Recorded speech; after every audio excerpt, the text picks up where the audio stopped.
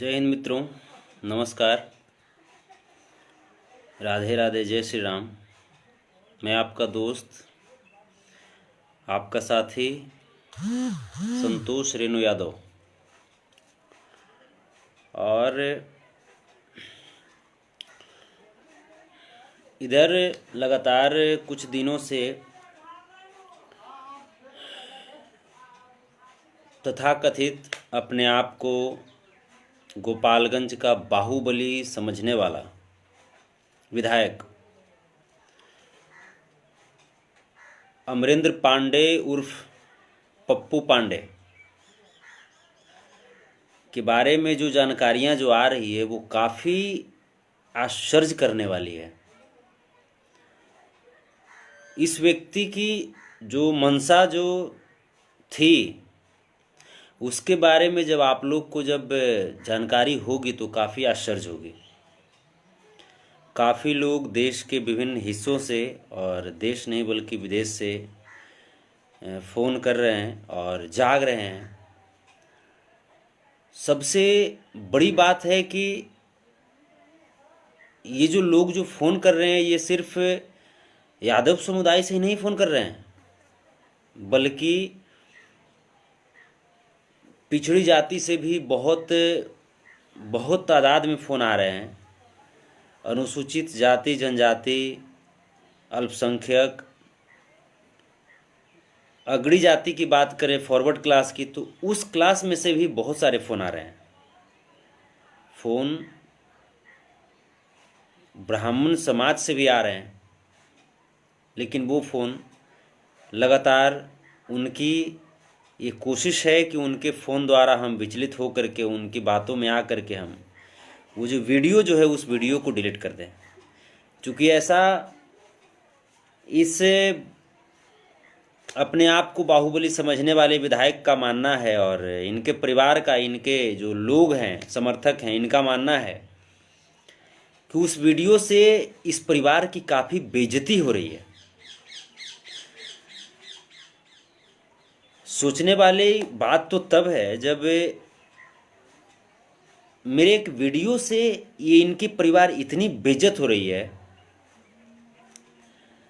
इनको ये क्यों नहीं समझ में आता कि इनको गिरफ्तारी नहीं देने से ब्राह्मण समाज कितना बेइज्जत हो रहा है। आज वो समाज जो काफ़ी इज्जत और प्रतिष्ठा से, इज्जत की नज़रों से, सम्मान की नज़रों से देखा जाता था, वो ब्राह्मण समाज आज कटघरे में खड़ा है।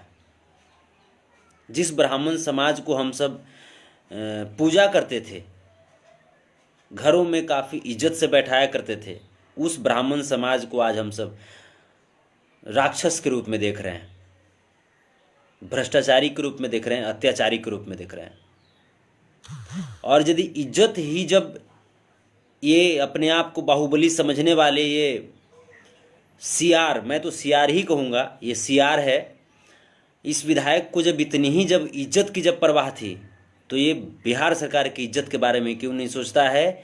बिहार की इज्जत के बारे में क्यों नहीं सोचता है? जो बिहार की छवि लगातार ऐसे विधायकों के वजह से दूसरे प्रदेशों में बिहार की छवि खराब हुई है और बर्बाद होते आई है, जिसका नतीजा हम सबको भुगतना पड़ता है। जो मजदूर, जो श्रमिक जो बाहर जाते हैं, उन्हें उसी नज़रिए से देखा जाता है, क्योंकि ये ऐसा आतंक फैला रखता है अपने अपने विधानसभा में, अपने अपने क्षेत्र में, जिसकी धमक बाहर तक सुनाई पड़ती है, और फिर बिहार को उसी नज़रिए से देखा जाता है। एक बात मैं आपको बताऊं, ये एक बहुत ही उस बात को भी सोच करके मैं बहुत ताज्जुब होता है मुझे।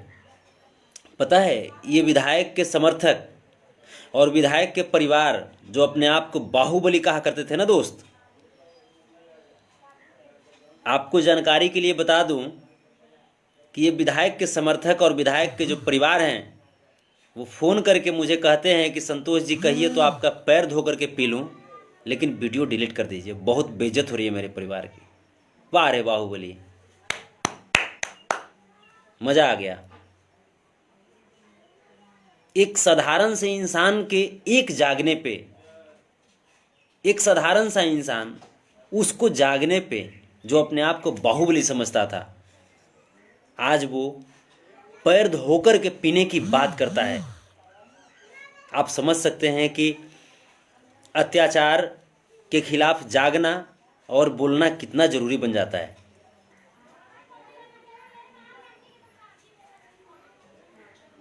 ये तरह तरह की लुभावनी बातें और भावनात्मक बातें कर रहे हैं हमसे। आप समझ रहे हैं, कॉल आना शुरू हो गया, जैसे ही मैं लाइव आया ना कॉल आना शुरू हो गया।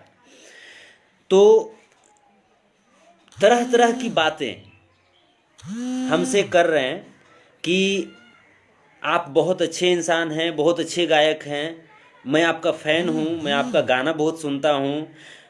बहुत बहुत तरह की बातें जो जैसा उनको लगे कि उनकी किसी बातों में आ करके मैं वीडियो को डिलीट कर दूं। लास्ट में सारी बात करने के बाद ये कहते हैं कि आपसे एक आग्रह है, एक विनती है। जब हम पूछते हैं कि बोलिए, तब कहते हैं कि प्लीज़ वो वीडियो डिलीट कर दीजिए, बहुत बेइज्जत हो रहे हैं। इनका मानना है, इनका कहना है कि सतीश पांडे पिछले 10 साल पहले क्रिमिनल थे। इनके परिवार का कहना है, इनका कहना है कि सतीश पांडे पिछले 10 साल पहले क्रिमिनल थे, आज वो क्रिमिनल नहीं है, ऐसा इनका कहना है। मैं कहता हूं आप मान तो रहे हैं ना कि वो क्रिमिनल थे, मान तो रहे हैं ना।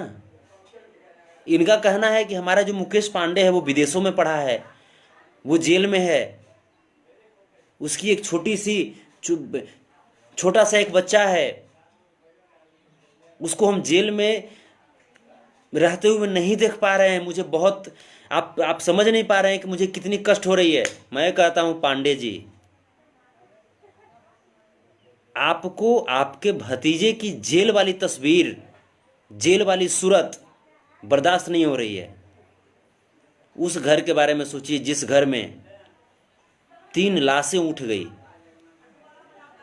जिस घर में उस जेपी का मान आज नहीं है, उनके पिताजी नहीं है और उनके भाई नहीं है। उस घर से 3 लाशें उठ गई, उस व्यक्ति को कैसा महसूस होता होगा। आप तो कम से कम मुकेश पांडे को, सतीश पांडे को इस धरती पे देख भी रहे हैं। जेपी यादव कहां जाएगा, कहां जाए जयप्रकाश की उसे उनकी मां, उनके पिताजी या उनके भाई से मुलाकात हो जाए? कोई जगह है क्या? क्या गलती किया था उस बुजुर्ग ने जिसको मौत के घाट उतार दिए? क्या गलती की थी वो मां जिसको आपने गोलियों से दागदार कर दिया? आज आप हमसे माफी मांगते हैं। माफी आपको उस आत्मा से मांगना पड़ेगा, फिर भी आपको माफ नहीं करेंगे। आपकी गिरफ्तारी होगी तो होगी गिरफ्तारी, और आपका काला साम्राज्य जलकर राख होगा तो होगा। मैं आपको जानकारी के लिए बता दूं कि ये जो अमरिंदर पांडे उर्फ पप्पू पांडे, सतीश पांडे, मुकेश पांडे, ये गोपालगंज जिला, देखिए इनकी सोच कहां पे चली जाती है। गोपालगंज जिला, इनका कहने का मतलब था कि गोपालगंज मीन्स ये जो जिला है ये यादवों का जिला है। गोपाल को ये श्री कृष्ण से जोड़ रहे थे। इसको, इसका नाम बदल करके ब्रह्मगंज रखेंगे। समझ रहे हैं बात को? ये कहां से चल रहे थे? अक्सर ये बोला करते थे कि ये गोपालगंज नहीं है, ब्रह्मगंज है, ब्रह्मलोक है, ये ब्राह्मणगंज है। वाह रे विधायक, कर लो ना ब्रह्मगंज। और उसी ब्रह्मगंज, गोपालगंज को ब्रह्मगंज बनाने के फिराक में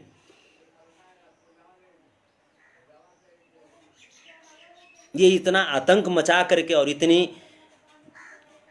भ्रष्टाचार वहां पे फैला करके, अत्याचार फैला करके लोगों के दिल में दहशत पैदा किया ये आदमी,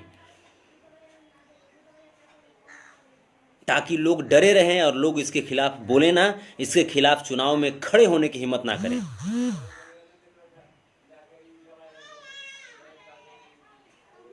ये यादवों के इतिहास के बारे में इसे बात करता है,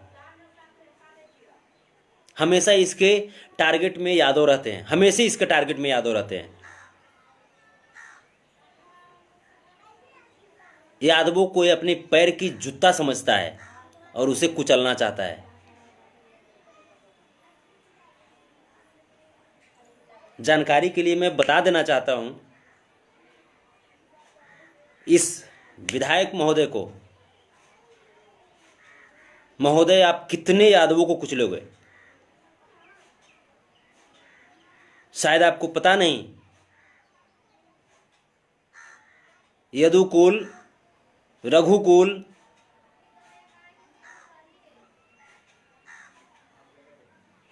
एक एक युग चलाए हैं, एक एक युग का निर्वहन करते आए हैं।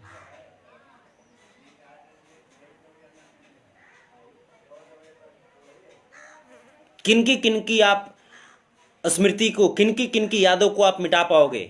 क्या अल्लाह की यादों को मिटा पाओगे? क्या रुदल की यादों को मिटा पाओगे? क्या वो राजा पोरस जो विश्व विजेता सिकंदर को धूल चटाई थी हिंदुस्तान में, उस पोरस की यादें की मिटा पाओगे क्या? अहिल्याबाई को मिटा पाओगे? 1962 में जो भारत और जो चीन से युद्ध हुआ था, जिस युद्ध में कुमाऊं रेजिमेंट में शामिल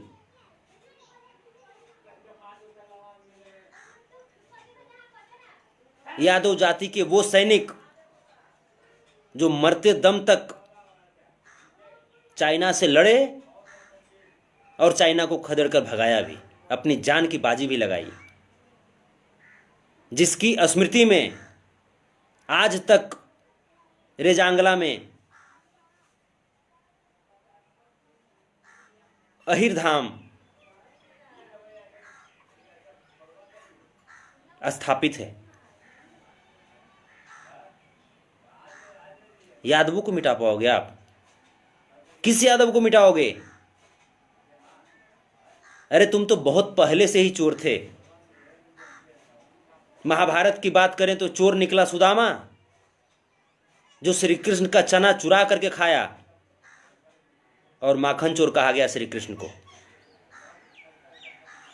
जो कि अपने घर में, अपने घर का माखन खाया, किसी के घर का नहीं खाया, फिर भी उसे माखन चोर कहा गया।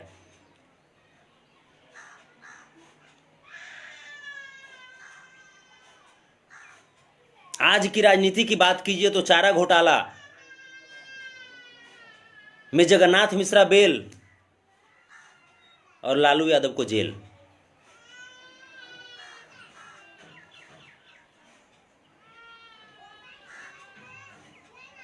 पूरी इतिहास आप उठा करके देखिए, इतिहास लिखने वाले कौन मिलेंगे तो आपको ये ब्राह्मण मिलेंगे।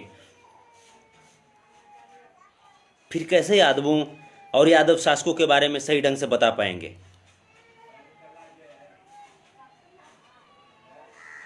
कैसे बता पाएंगे?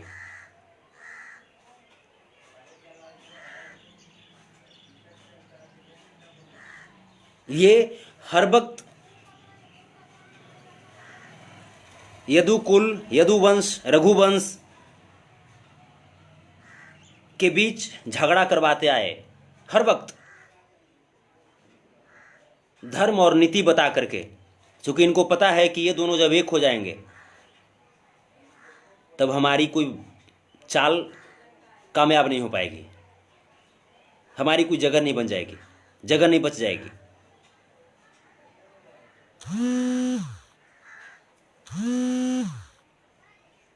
ये बाबा भीमराव अंबेडकर द्वारा रचित भारतीय संविधान को अगर इनकी बस चलती और SC ST और OBC अल्पसंख्यक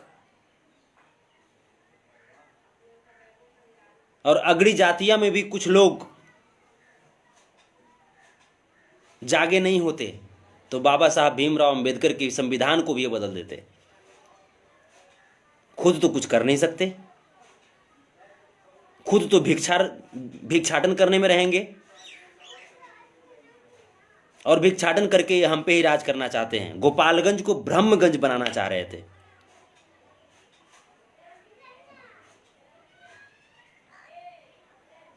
बन गया ब्रह्मगंज।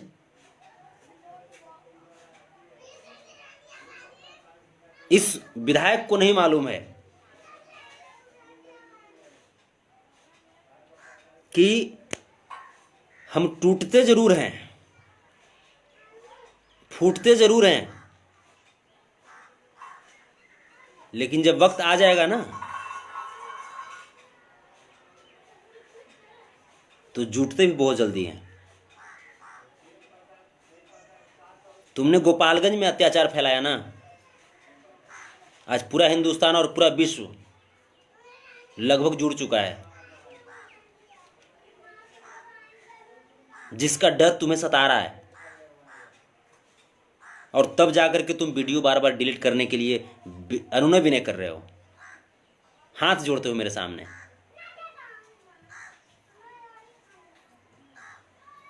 मेरे पास आपके समर्थकों का ना प्रूफ भी है, जो हमसे बोलता है कि कहिए तो मैं आपके आकर के मैं पाँव धो करके पी लूं, लेकिन वो वीडियो डिलीट कर दीजिए। हमें पता है कि अगली चाल तुम हम पे चलोगे कि इसके पास प्रूफ है तो चलो इसको मार दो, प्रूफ खत्म हो जाएगा। लेकिन मैं बताऊं विधायक साहब, आपसे 50 कदम आगे रहते हैं। समझ में आया? हमें मार भी दोगे ना तो प्रूफ अब मिटने वाला नहीं है, बहुत आगे जा चुका है। बहुत सारे लोग जब इनके लाख अनुनय विनय जो किए लोग, उसके बाद भी मैंने जब वीडियो डिलीट नहीं करने की बात कही, उसके बाद ये मुझे बोलते हैं कितना गोली मारूंगा कि पोस्टमार्टम नहीं होगा। वाह रे! ये बोलते हैं कि अपनी किडनी, अपनी लीवर, अपने सारे अंग का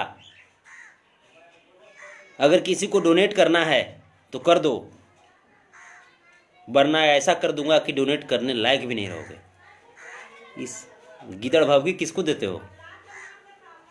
तुमको पता नहीं है क्या है? मौत से डर लगता है? नहीं, तुम्हारे ऐसे भ्रष्टाचारी और समाज को बांटने वाले दरिंदों का दफन करूंगा और तुम्हारे जैसे ऐसे बाहुबली को गलियों में घसीट कर मारूंगा। उसके बाद चैन से सांस लूंगा। किसी की मां की, किसी की बाप को आप मारोगे। भतीजा गया जेल में तो इतना दर्द हुआ, उसके माँ बाप को कहां से लाओगे? उसे कितना दर्द हो रहा होगा।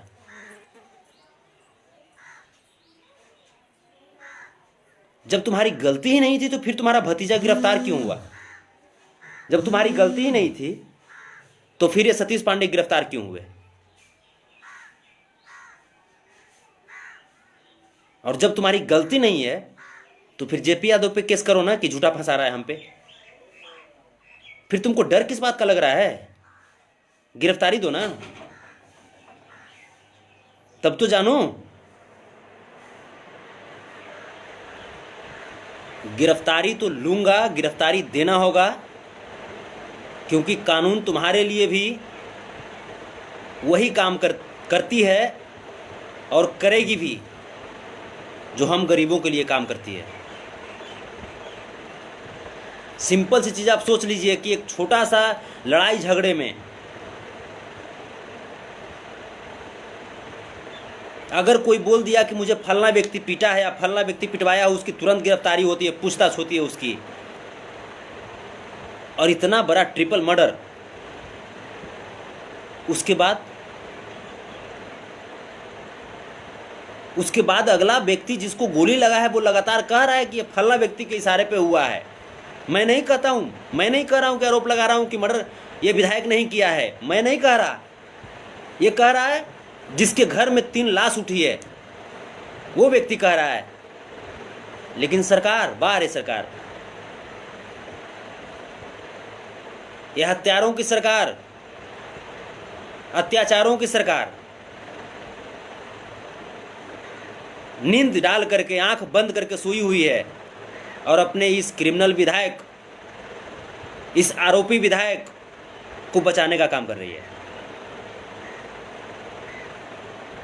ये विधायक लगातार वो फोटो पोस्ट कर रहा है जो पिछले विधानसभा चुनाव के दौरान लालू यादव और नीतीश कुमार की संधि हुई थी और उस दौरान लालू जी चुनाव प्रचार करने गए थे।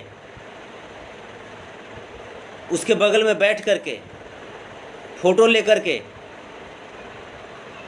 रखे हुए था ताकि उसको अपना शौर्य मानता होगा, अरे हम तो लालू यादव के साथ फोटो खिंचवा लिए। और आज उसी फोटो का मिसयूज करना चाह रहा है। अमरिंदर पांडे, पहले वाली बात नहीं रह गई, तुम्हारी झांसे में आ जाएंगे, तुम्हारी बातों में आ जाएंगे। बोल दो ना नीतीश कुमार को, क्यों ये रोक रहा है, क्यों रोक रहा है तेजस्वी को गोपालगंज जाने से? हेकड़ी निकल गई क्या? औकात है तो बोल दो ना नीतीश कुमार को कि आने दीजिए। बहुत चैलेंज कर रहे थे, चैलेंज तो स्वीकार किया तेजस्वी ने, क्या हो गया?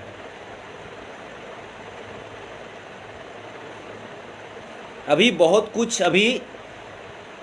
अभी बाकी है बाबू। अमरिंदर पांडे उर्फ पप्पू पांडे, और गोपालगंज ही रहेगा, ब्रह्मगंज नहीं बनेगा बाबू। और जिस आतंक को तुमने गोपालगंज में फैला रखा, वो आतंक जलकर के राख होगा तुम्हारे उसी गोपालगंज में। और लॉकडाउन खत्म होने दो,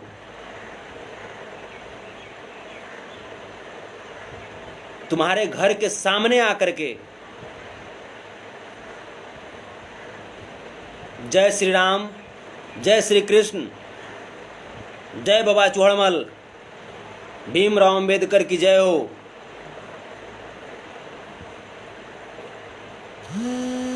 जय हो अब्दुल हमीद,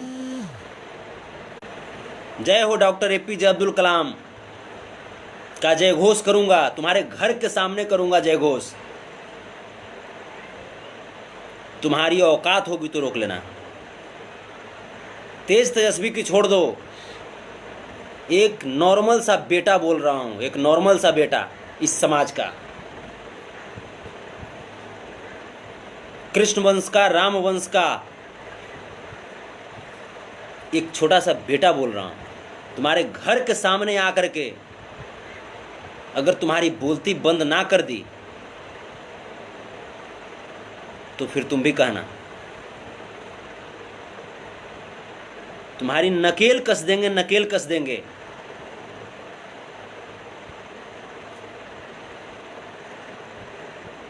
नीतीश कुमार जी से हम कहना चाहते हैं कि सर, आप सुशासन बाबू कहलाते थे,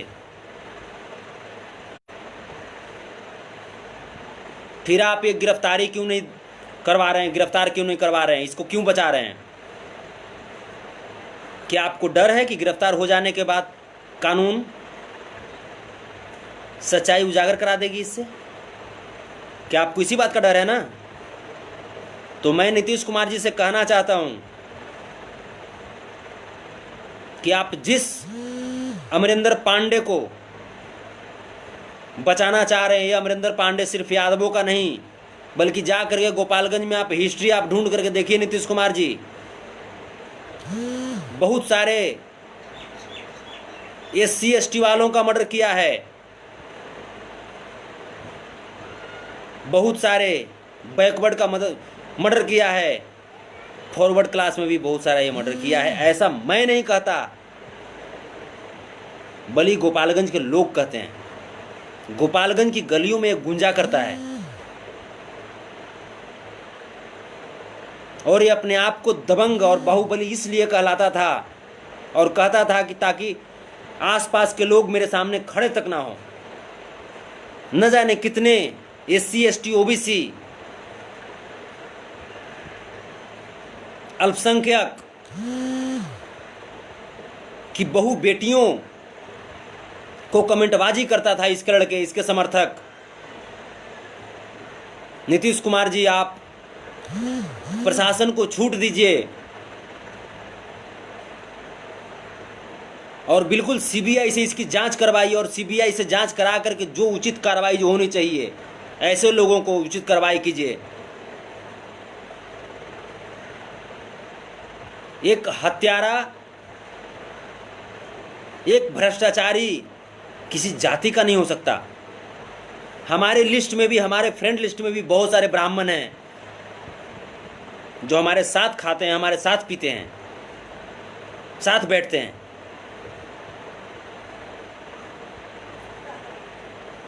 लेकिन उन ब्राह्मणों को भी आज शक के दृष्टिकोण से देखा जा रहा है और देखना पड़ रहा है, सिर्फ इस अमरेंद्र पांडे उर्फ पप्पू पांडे और सतीश पांडे, मुकेश पांडे की वजह से।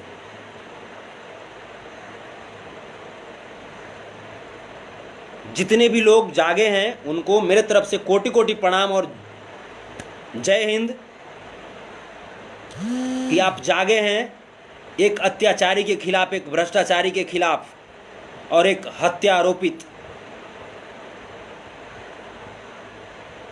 राक्षस के खिलाफ। जागे रहिए।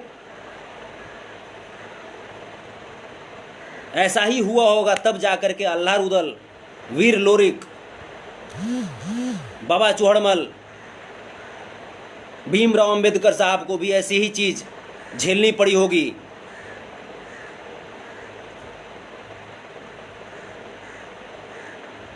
तब जाकर के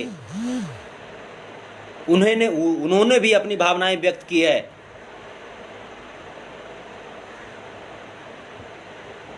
यही वो लोग हैं जो अपने आप को परम ज्ञानी बताते हुए समाज को छुआछूत, धर्म, जात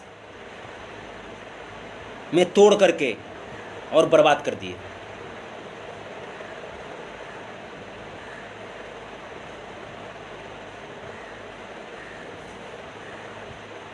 ये श्री कृष्ण श्री राम के मंदिरों में बैठ करके और वहीं से पॉलिटिक्स करते हैं, समाज को तोड़ने का काम करते हैं।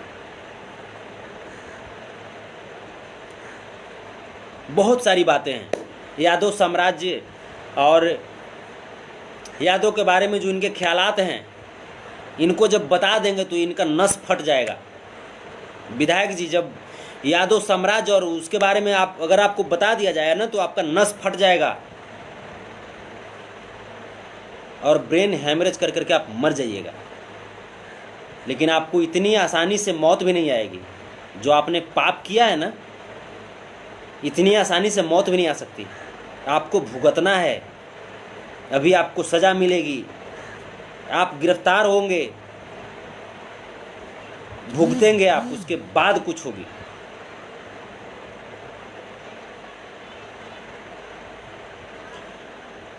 हम इस लाइव के माध्यम से एक बार पुनः अपने साथियों को जगाते हुए नीतीश कुमार जी से अपील करना चाहते हैं, मांग करना चाहते हैं कि जो मृत आत्मा जो हैं उनके परिवार वालों को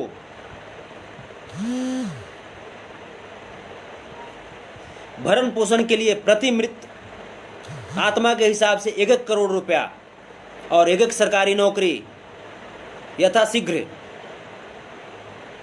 देने की वादा की जाए, घोषणा की जाए और दिया जाए। साथ ही साथ जितनी जल्दी हो सके इस हत्यारोपित विधायक को गिरफ्तार करवाइए और सरकार को शर्मसार होने से बचाइए, बिहार को शर्मसार होने से बचाइए।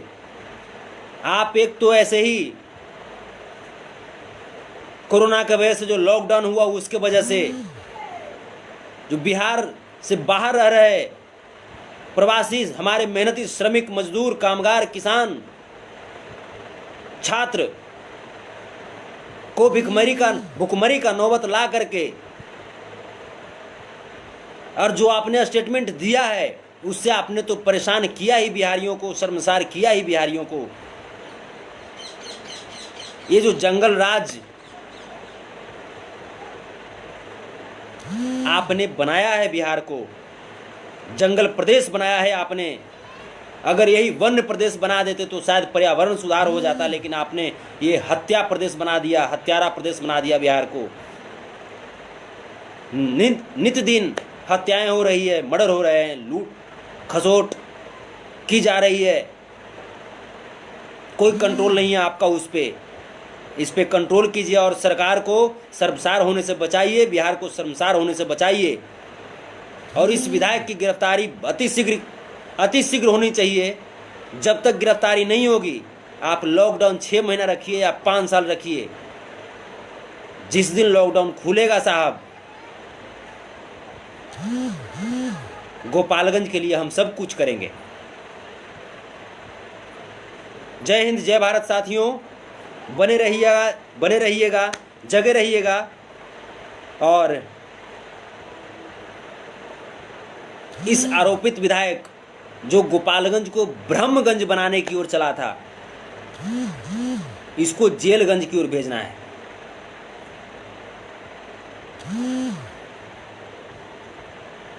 इस विधायक को, जो आरोपित विधायक है, इसको जब तक गिरफ्तारी नहीं हो जाती है तब तक बैठ करके चैन की सांस नहीं लेंगे। आप एक हुए हैं, इसके लिए आपको बहुत बहुत धन्यवाद। आप जागे हैं, इसके लिए बहुत बहुत धन्यवाद। जय श्री कृष्ण, जय श्री राम, जय बाबा चौड़मल, बाबा भीमराव अंबेडकर की जय हो, डॉक्टर राजेंद्र बाबू की जय हो, लालू प्रसाद यादव की जय हो, रामविलास पासवान की जय हो। आपसे भी कहना चाहते हैं, आप भी आवाज उठाइए साहब। सब लोग वहाँ कुचले गए हैं, सबकी शोषण हुई है वहाँ पे, सब लोग आवाज उठाइए। और अपनी जाति के लिए बोलना जातिवाद नहीं होती साहब, ये फर्ज होता है। आप भी अपनी जाति के बारे में बोलिए, हम भी बोलें। हाँ, अगर हमारी जाति या आपकी जाति अगर कुछ गलती करती है तो हम उसका पक्षपात नहीं करेंगे, लेकिन अगर हमारी जाति का कोई शोषण करेगा तो हम जागेंगे। और इसके लिए अगर कोई जातिवाद मुझे कहता है तो मुझे गर्व होगा इसके ऊपर। लव यू आप सबको। जय हिंद, जय भारत, अल्लाह हाफिज, बाय, लव यू। जागे रहिएगा। विधायक घबराओ मत, गोपालगंज अब ब्रह्मगंज नहीं बनने वाला है। रावण की तरह तुमने बहुत स्वर्ग में सीढ़ी लगाने को सोच लिया था, समंदर का पानी मीठा करने को सोच लिया था, बहुत तुम्हारे ख्वाब थे ना। वो रावण भी ब्राह्मण समाज से ही था और शायद उसी के खानदान तुम हो। छक्का छुड़ाएंगे, जाग चुके हैं सब। लव यू आप सबको, धन्यवाद, प्रणाम। आपका भाई संतोष रेणु यादव, धन्यवाद।